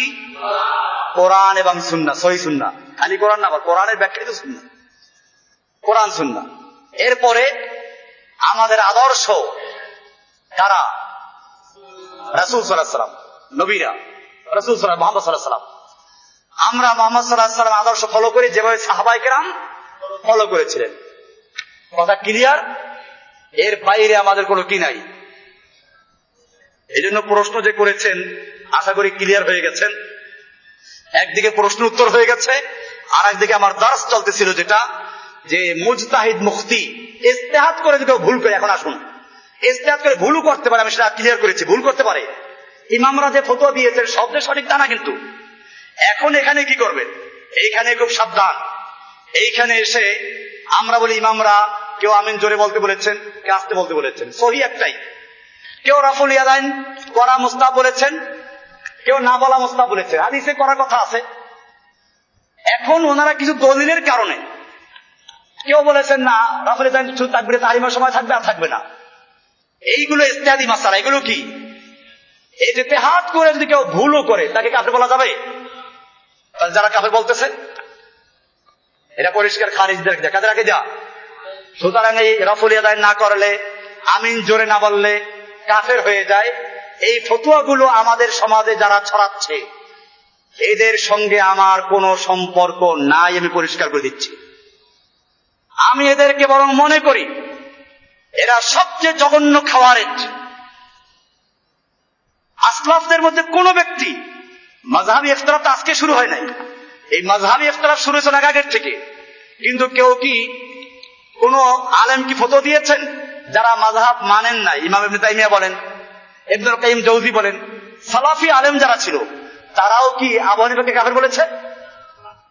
খুলেন মাজমুআতুল ফাতাওয়া, ইমাম ইবনে তাইমিয়ার কিতাব আমার বাসায় আছে, 20 খণ্ড কিতাব। এই কিতাবে বারবার আছে ক্বাল আল ইমাম আবু হানিফা রাহিমাহুল্লাহ। ইমাম আবু হানিফা রাহমাতুল্লাহ আলাইহি বলেছেন, ইমাম ইবনুল কাইয়্যিম জাওজির কিতাব ইলামুল মুওয়াক্কিঈন, সেখানে তিনি পরিষ্কার বারবার উল্লেখ করেছেন ইমাম আবু হানিফা রাহিমাহুল্লাহ, ইমাম শাফি রাহিমাহুল্লাহ, ইমাম মালিক রাহিমাহুল্লাহ শ্রদ্ধার সঙ্গে উল্লেখ করেছেন, আমরা আইম্মা মুজতাহিদিনদেরকে যারা ইজতিহাদ করে মাসলা ইস্তেমবাত করেছেন তাদেরকে শ্রদ্ধা করি। বাকি তাদের নামে যে মাযহাব তৈরি হয়েছে, এই মাযহাব তারা নিজেরা তৈরি করেন নাই, বিধায় তারা যে মাযহাবের ছিল আমরা কি, আমরা ওই মাযহাব হানাফি শাফি হাম্বলি না, আমরা মুসলিম। আমরা কি, আমাদের দিন কি ইসলাম। বাকি ইমামদেরকে আমরা শ্রদ্ধা করি এবং তাদের যে ইজতিহাদ গুলো কোরআন সুন্নাহ মোতাবেক হবে সেগুলো আমরা কি করব, মেনে নিব। আর যেগুলো কোরআন সুন্নাহ মোতাবেক না সেগুলো কি করব, সেখানে কোরআন সুন্নাহকে অনুসরণ করব, ইমামদের কথা কি করব। এক কথায় আমরা কোরআন হাদিস দিয়ে ইমামদেরকে যাচাই করব, ওজন করব, মাপবো। কোরআন হাদিসকে ইমামদের দিয়ে ওজন করব না, মাপ করব না, ঠিক কিনা?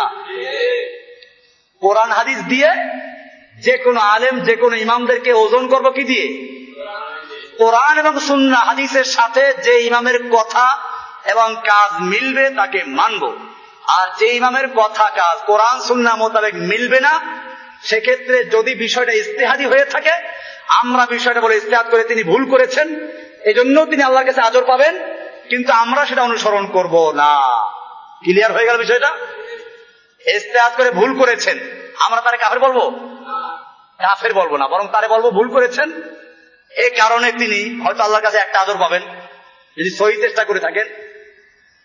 আমাদের কাজ হচ্ছে আমাদের সহি কোরআন এবং হাদিস যেটা মিলবে ওইটা আমাদের মানতে হবে, আর কোরআন সুন্নাহর বিপরীত যেটা ওটা মানা যাবে না। এই জন্য ইজতিহাদ করে যদি কেউ ভুল করে তাকে তাকফির করা যাবে না। এই কারণে আমি এটা বলেছি যে আকীদাগত সুফিদের যে তরিকার সাথে আমাদের ইখতিলাফ, সেটা আকীদাগত। পীরদের তরিকার ইখতিলাফটা ফিকহ ইখতিলাফ না, ওটা কি আকীদার ইখতিলাফ। খারেজিদের সাথে ইখতিলাফ আমাদের কিসের ইখতিলাফ? আকীদার ইখতিলাফ। রাফেজিদের সাথে, শিয়াদের সাথে, মুতাজিলাদের সাথে, সুফিদের সাথে, বাউলদের সাথে, পীরদের সাথে আমাদের যত ইখতিলাফ সবগুলো কিসের ইখতিলাফ? আকীদার ইখতিলাফ। আর ফিকহি যে ইখতিলাফ, হানাফি শাফি মালিকি হাম্বলি, এদের সঙ্গে যে আমার ইখতিলাফ, ইখতিলাফটা কি না আকীদাগত বিষয় না, বরং তাদের সাথে ইখতিলাফটা কিসের? এই জন্য দেখবেন আবু হানিফা রাহমাতুল্লাহ আলাইহি সম্পর্কে সুফিদের যে সবচেয়ে বড় পীর কি নাম? সুফিদের কাছে বড় পীরের নাম কি? আব্দুল কাদের জিলানী। আব্দুল কাদের জিলানীর একটা কিতাব আছে বুনিয়াতুত তালিবিন, কি নাম? বাংলা আছে, চকবাজার এমদাদিয়া লাইব্রেরি বাংলা করেছে। আজকে গিয়ে কেনেন, কিনা দেখবেন ওখানে 72 ফেরকা যে গোমরা ফেরকা আছে ওদের তালিকা দেওয়া আছে। সেই 72 ফেরকার মধ্যে একটা ফেরকা দিয়েছে হানাফিয়াদের নাম। কাদের নাম? এবং নাম দিয়েছে যে আর একটা ফেরকা হলো ফেরকা হানাফিয়া, যাদের প্রতিষ্ঠাতা হলো আবু হানিফা, তার বাপের নাম নোমান, যাতে করে কেউ ভুল না বোঝে, তাবিল করতে না পারে। কে লেখছে এটা? আব্দুল কাদের জিলানী। কার সম্পর্কে? হানাফিয়াদের সম্পর্কে। এইটা বাংলা আছে বইটা, আরবিও আছে, বাংলাও আছে। এই বাংলার মধ্যে পরিষ্কার লিখে দিয়েছে যে 72টা ফেরকার তাফসীর আলোচনা করেছে, যে ওই যে জাহান্নামে যাবে 72 ফেরকা, তার মধ্যে একটা দেশে হানাফিয়া ঢুকে। আমার দেশের মানুষেরা একদিকে আব্দুল কাদের জিলানীকে মানে তরিকার দিক দিয়ে, আবার মাযহাব মানে কোনটা? আব্দুল কাদের জিলানী কি হানাফি মাযহাবের ছিল? এরা তো জানেও না, বুঝছেন? এটা এলেমও নাই। এলেম থাকলে লাহলা পড়ত। হয়তো হানাফি মানলে আব্দুল কাদের জিলানী কাদরিয়া তরিকা মানা যায় না, আর কাদরিয়া তরিকা মানলে হানাফি হওয়া যায় না। কিন্তু আবু হানিফাকে আব্দুল কাদের জিলানী মনে করতেন যে জাহান্নামে 72 ফেরকার এক ফেরকার লোক, প্রতিষ্ঠাতা।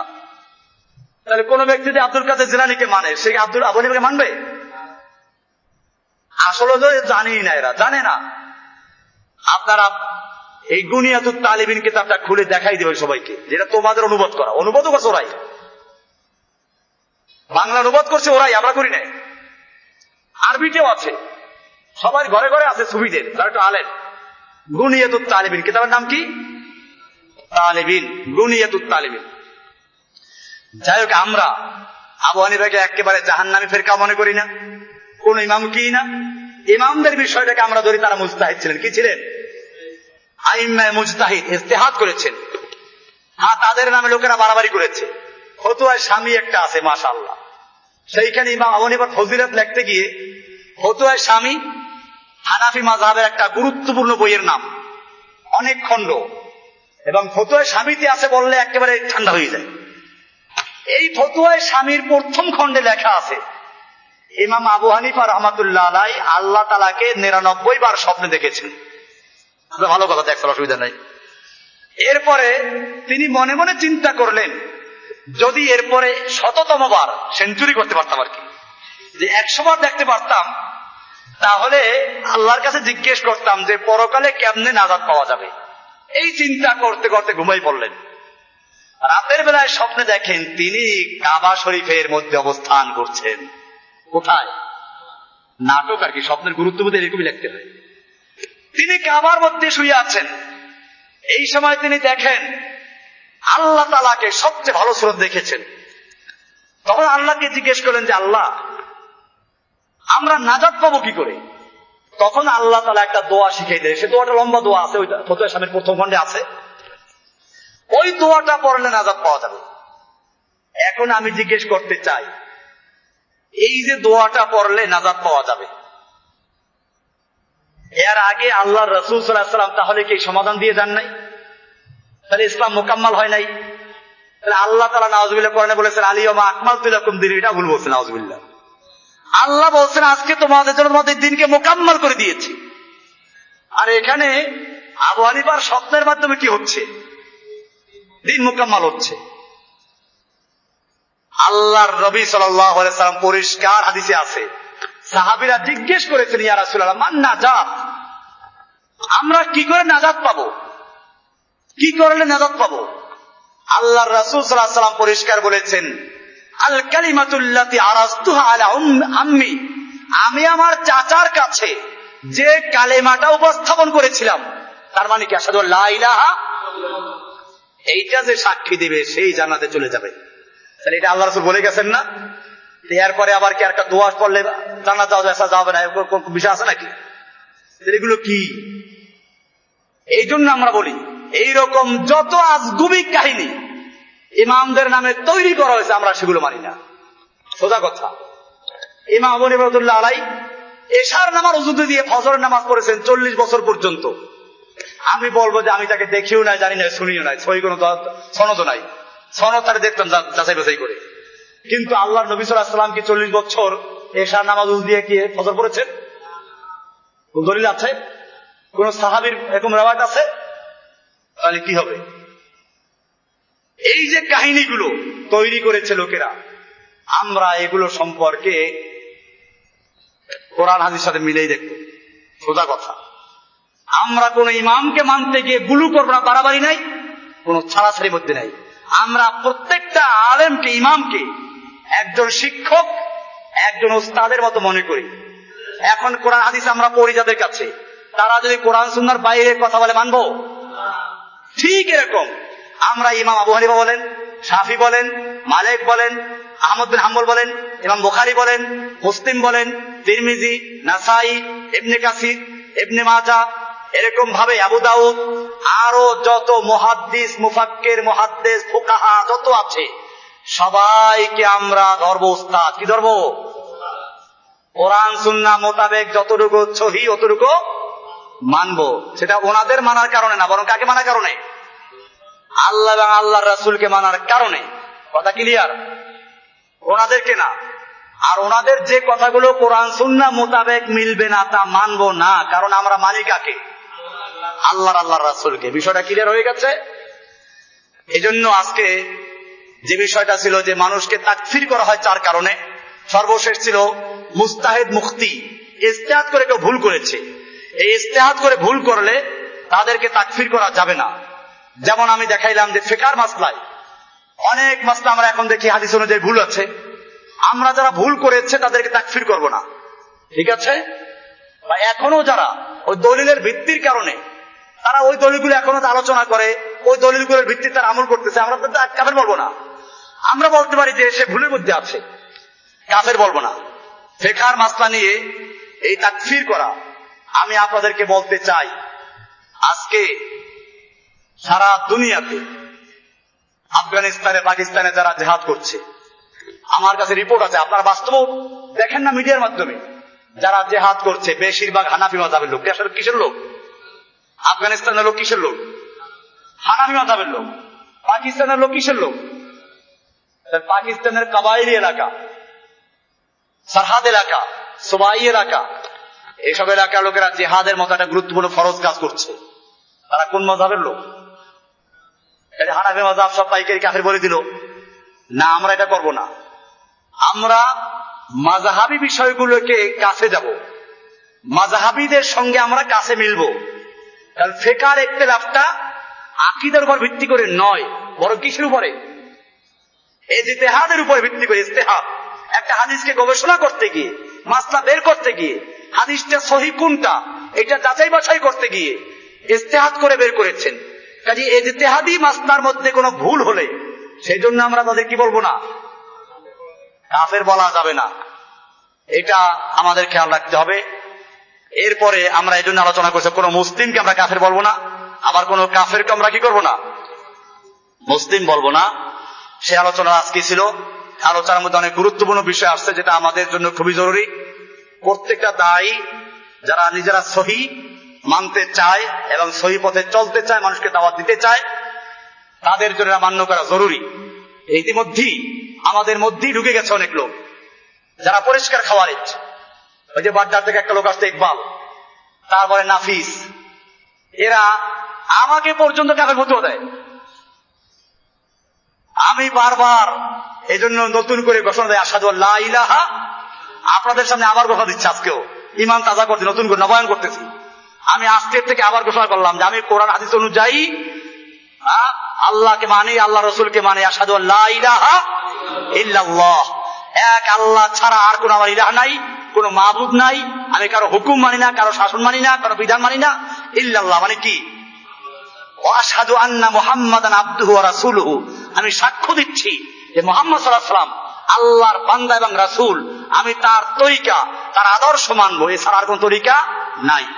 এই লোকগুলো লালবাগের থেকে অনেকগুলো ভাই যারা আমার দাওয়াতের কারণে আলহামদুলিল্লাহ মেহনতের কারণে চলে আসছিল, দলে দলে লোক আসছিল, সেই লোকগুলোকে গোমরা করে দিয়ে মসজিদ থেকে ছাড়া করেছে এদেরকে। এই লালবাগ থেকে একটা বড় গ্রুপ আসতো, ওই ছেলেরা আমার ওখানে দাওয়াত দিয়েছে, খুব ভালো ছেলে ওগুলো, আমি সেই ছেলেগুলো দোষ দিচ্ছি না।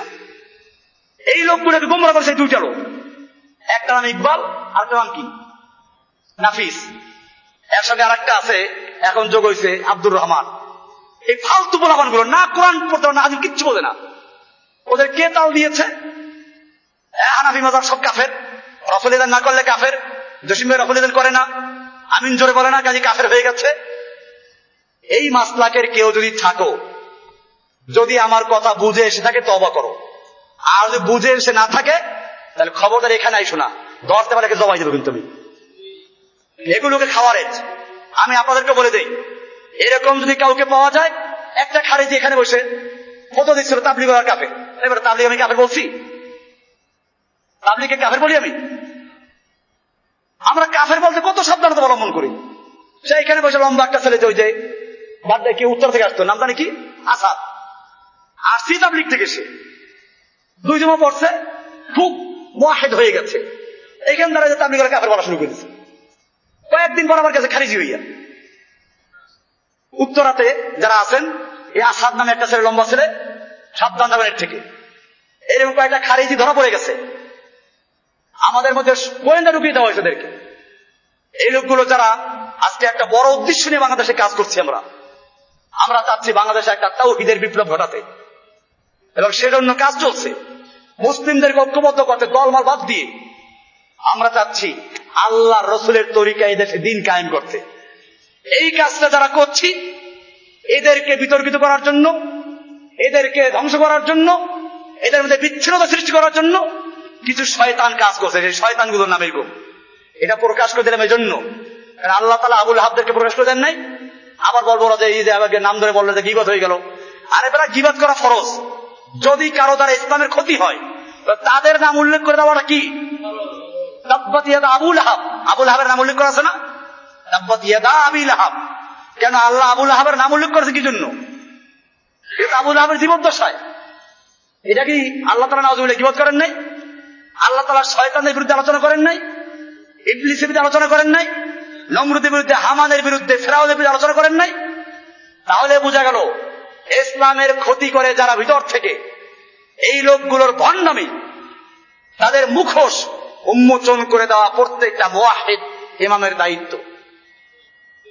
আমরা সে দায়িত্ব পালন করছি। আপনাদেরকে পরিষ্কার জানিয়ে দিলাম, আপনারা আমার এই দাওয়াত সব জায়গায় ছড়াই দেবেন।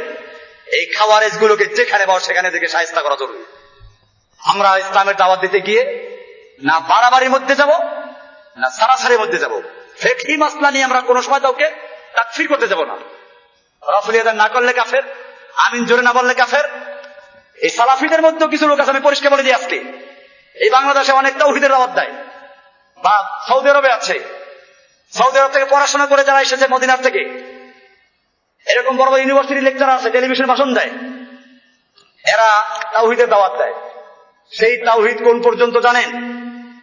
ওদের তাওহীদ মানে হলো কবর পূজা শিরিক, মাজার পূজা শিরিক, পীর পূজা শিরিক, এই পর্যন্ত শিরিক শেষ। যখন বলবেন যে যারা শাসকরা, মুসলিম দেশের শাসকরা যারা আল্লাহর আইন বাতিল করে, নিজেরা সার্বভৌম ক্ষমতা দাবি করে, আল্লাহর আইন পরিবর্তন করে, তারা কি না দেশের আইন মানে ফরজ, দেশের আইন মানে বড় কি ফরজ। ওই বেটা দেশের আইন মানে ফরজ পাইছে কই? যারা আল্লাহর আইন বদলাইলো, আল্লাহর আইন বাতিল করলো, যে মুসলিম দেশের শাসকরা, তারা কি মুসলমান না কাফের? এরা উপহাস করে, এরা মুসলিমদেরকে হত্যা করে, যারা ইসলাম কায়েম করতে চায় তাদেরকে জেলে ঢুকিয়ে দেয়, এরা কাফেরদের হাতে মুসলমানদেরকে তুলে দেয়। এরপরেও এরা কি? এরা কাফেরদেরকে এনে নিজের দেশে বসায়। সৌদি আরবের সরকার কি করছে? জেদ্দায়, দাম্মামে, রিয়াদে, সব জায়গায় আমেরিকাকে বসাই দিয়েছে পাহারাদারি করার জন্য। তো যাদের সবচেয়ে ঘনিষ্ঠ বন্ধু কারা? কাফেররা, আমেরিকায় ইহুদি খ্রিস্টানরা। এরকম এই দেশগুলোতে আছে, যতগুলো মুসলিম দেশ আছে সবগুলো শাসক কারা এখন? শাসকের আইন মানা ফরজ। কোন শাসক? বেটা যে শাসক কোরআন আর হাদিস দিয়ে দেশ চালায়, ওই শাসকের আইন মানা কি? ওই শাসকদের সম্পর্কে বলা হয় তারা তোমার পিঠে কোরআন মারে, তারপরও তার বিরোধিতা করো না। আর যেই শাসকরা কোরআন এবং সুন্নাহ মোতাবেক দেশ পরিচালনা করে না, বরং কোরআনের আইন বাতিল করে, তারা তাদের দস্তুর, তাদের সংবিধানে পরিষ্কার লেখা আছে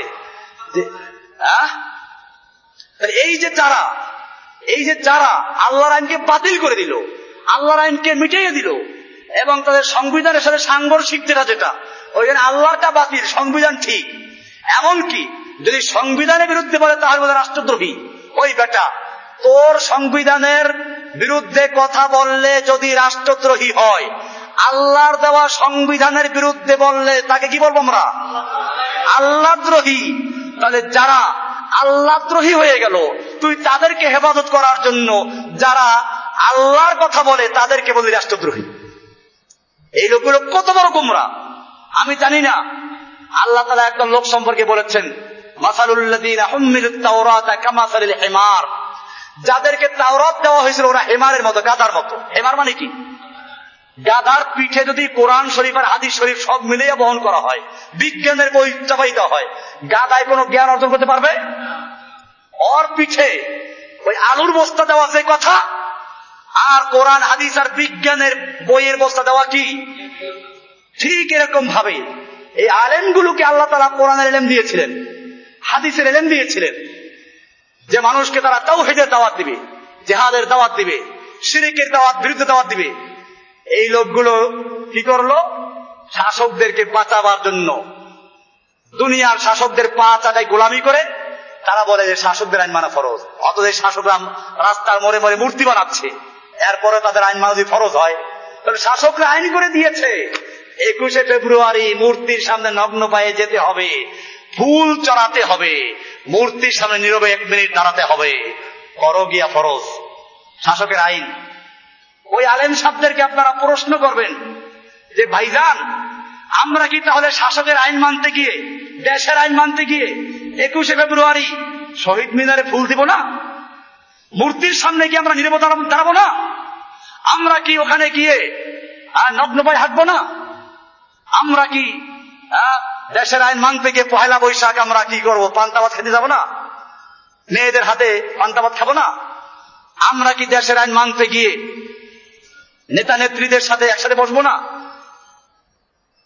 জিজ্ঞেস করে এদেরকে, আমরা কি দেশের আইন মানতে গিয়ে চোরের হাত কাটার বিধানটা কোরআন থেকে তুলে দিব না? আমরা কি দেশের আইন মানতে গিয়ে সুদ আল্লাহ হারাম করেছেন এই ফতোয়া কি বাতিল করে দিব না? আমরা কি দেশের আইন মানতে গিয়ে পতিতালয়ের যদি লাইসেন্স দেওয়া হয় তাহলে সেখানে জেনা ব্যভিচার হারাম হবে না এই ফতোয়া কি দিব না? দেশের আইন মানা ফরজ, শাসকদের মান্য করতে হবে। ওই বেটা কোরআনের আয়াতে দলিল পেশ করে আতিউল্লাহ ওয়া আতিউর রাসূল ওয়া উলিল আমরি মিনকুম, ওখানে পরিষ্কার আছে তোমরা আল্লাহর আনুগত্য করো, আল্লাহর রাসূলের আনুগত্য করো, এবং তোমাদের মধ্যে উলিল আমর, এখানে আত্মীয় শব্দ নাই। তার মানে কোরআন হাদিসের আনুগত্যের মাধ্যমে, যারা আল্লাহ আল্লাহ রাসূলের আনুগত্যের মাধ্যমে তোমাদেরকে দেশ চালায় সেই উলুল আমরের আনুগত্য করো। আর যারা নিজেরা আল্লাহ এবং আল্লাহর রাসূলের আনুগত্য করে না তারা উলুল আমর না, জেনে রাখো তারা হচ্ছে উলুল খামর। তারা কি? উলুল খামর। ওরা উলুল আমর না, ওরা মদের হেফাজতকারী। কাজেই খবরদার এই সমস্ত আলেমদের ফতোয়ায় বিভ্রান্ত হবেন না। যে আলেমরা রফুল ইয়াদাইন না করলে কাফের বলে, যে আলেমরা আমিন জোরে না বললে কাফের বলে, যে আলেমরা বুকের উপর হাত না মারলে কাফের বলে, অথচ মূর্তি তৈরি করলে কাফের হয় না, সুদ হালাল বৈধ করে দিলে কাফের হয় না, মূর্তির সামনে পূজা করলে কাফের হয় না, আল্লাহর আইনের পরিবর্তে আইন তৈরি করলে কাফের হয় না, মানুষের সার্বভৌমত্ব কায়েম করলে কাফের হয় না, কাফের হয় আমিন জোরে না বললে। এইরকম যারা তাওহীদের দাওয়াত দেয়, আমি সেই তাওহীদবাদী ভাইদেরকে বলছি, যদি বুঝে না এসে বুঝার চেষ্টা করো, তোমাদেরকে দাওয়াত দিচ্ছি পূর্ণাঙ্গ তাওহীদে চলে আসো। তোমার তাওহীদের মধ্যে মাথা নাই, কি নাই? মাথাবিহীন তাওহীদ। তাওহীদের দাওয়াত দাও, পুরো তাওহীদ। পৃথিবীর একটা রান্নাঘর থেকে শুরু করে বঙ্গভবন পর্যন্ত, সংসদ ভবন পর্যন্ত তাওহীদ চলবে। এক আল্লাহর বিধান, এক আল্লাহর হুকুম রাষ্ট্রে চলবে, সমাজে চলবে, ব্যাংকে চলবে, আদালতে চলবে। এই তাওহীদের দাওয়াত দাও। নতুবা এমন তাওহীদের দাওয়াত দিও না যেই তাওহীদ ওই কবর পূজা, মাজার পূজা বন্ধ শেষ হয়ে যায়, আর এর উপরে যাইতে পারে না। ওইখানে তাগুতের আইন চললে সেখানে কোনো কথা নাই। আপনারা কোন তাওহীদের দাওয়াত দিবেন? বিষয়গুলিকে ক্লিয়ার হচ্ছে আমি কি বলতে চাচ্ছি? ভালো করে বোঝার চেষ্টা করবেন। তাওহীদের উপর আসবেন, পুরো আসবেন। আদা আদি তাওহীদের উপরে যারা আছে, সবচেয়ে বড় যে শিরিক, রাষ্ট্রীয় শিরিক, রাষ্ট্রীয় তাগুত, যারা সমস্ত ছোট ছোট শিরিকগুলো কি করে লালন করে। আজকে যদি আল্লাহ তাআলা মুমিনদেরকে, আমাদেরকে আল্লাহ তাআলা মনে করুন খেলাফতের দায়িত্ব দিলে বাংলাদেশে, আমরা কি করব? আমি তো জানি না, এটা ভিন্ন বিষয়। আমি যদি বাংলাদেশে কোন খেলাফত কায়েম করতে পারি, ইনশাআল্লাহ প্রথম কাজ হবে যত জায়গায় মূর্তি আর মাজার আছে এইগুলো সব চুরমার করে সমান করে দেওয়া। 2 নম্বর কাজ হচ্ছে জীবন্ত মূর্তি যেগুলো আছে, পীর সাহেব, এই সবগুলোকে গ্রেফতার করা। যেটা তওবা করবে তাকে বন্দী করে তওবা দেখো ভালো করে ঠিক আছে কিনা, আর যেটা তওবা করবে তাকে জবাই করে দেওয়া। কারণ এই যে ফেরকা এবং দল, প্রত্যেক দলের লিডার যেগুলো আছে, পীর যেগুলো আছে, এগুলোকে জবাই না করা পর্যন্ত মুসলিমদেরকে ঐক্যবদ্ধ করা যাবে না। তাহলে সমস্ত তাগুতকে, সমস্ত শিরিককে লালন করে কে? রাষ্ট্রীয় শিরিক, রাষ্ট্রীয় তাগুত। এই রাষ্ট্রীয় তাগুতের ওনার কাছে শিরিক না, মুশরিক না, রাষ্ট্রীয় শিরিক শিরিক না। ওনাদের কাছে শিরিক হলো গরিবের শিরিক। আমি বলি এটা গরিবের শিরিক, পীর মুরিদির শিরিক, কবর মাজারের শিরিক, এগুলো গরিবদের শিরিক। আর ওই শিরিকটা কিসের শিরিক? ভিআইপি শিরিক। এই ভিআইপি শিরিকটা তাদের কাছে শিরিকই না। কারণ তাহলে যাদের থেকে টাকা পয়সা পায়, যাদের গুণগান গায়, তাদের বিরুদ্ধেও চলে যায়। তো সেই জন্য এখানে গিয়ে তারা কি করেন? এড়াইয়া যান। এই জন্য মনে রাখতে হবে, একজন মুমিন মানে তাকে পূর্ণভাবে ঘোষণা করতে হবে, আমি আল্লাহর দ্বীন মানি, এছাড়া কাউকে মানি না। আল্লাহর হুকুম মানি, এছাড়া কারো হুকুম মানব না। আশহাদু আল্লা ইলাহা ওয়া আশহাদু আন্না মুহাম্মাদান আবদুহু ওয়া রাসূলুহু। আল্লাহ সুবহানাহু ওয়া তাআলা আমাদের সকলকে বিষয়গুলোকে বুঝার এবং আমল করার তৌফিক দান করুন, আমিন। আগামী সপ্তাহে ইনশাআল্লাহ একটা গুরুত্বপূর্ণ আলোচনা হবে, সেটা হচ্ছে মাল্লাম ইউকাফফিরুল কাফিরা আও শাক্কা ফি কুফরি ফাকাদ কাফারা। যে কাফেরকে কাফের বলে আখ্যায়িত করে না, অথবা কাফেরকে কাফের বলতে গিয়ে সন্দেহ পোষণ করে, সে নিজেও কাফের হয়ে গেল। এই আলোচনা আগামী শুরু হবে ইনশাআল্লাহ। এই জন্য আপনারা প্রস্তুতি নিয়ে আসবেন, কিছু খাওয়া দাওয়া করে আসবেন। আল্লাহ সুবহানাহু ওয়া তাআলা আমাদের সকলকে বিষয়গুলোকে বুঝার এবং আমল করার তৌফিক দান করুন। আমিন। ওয়া সাল্লাল্লাহু তাআলা আলা নবিয়িনা মুহাম্মদ ওয়া আলা আলিহি ওয়া সাহবিহি আজমাইন। সুবহানাল্লাহি ওয়া বিহামদিহি সুবহানাকাল্লাহুম্মা ওয়া বিহামদিকা আশহাদু আল্লা ইলাহা ইল্লা আনতা আস্তাগফিরুকা ওয়া আতুবু ইলাইক। আসসালামু আলাইকুম ওয়া রাহমাতুল্লাহি ওয়া বারাকাতুহু।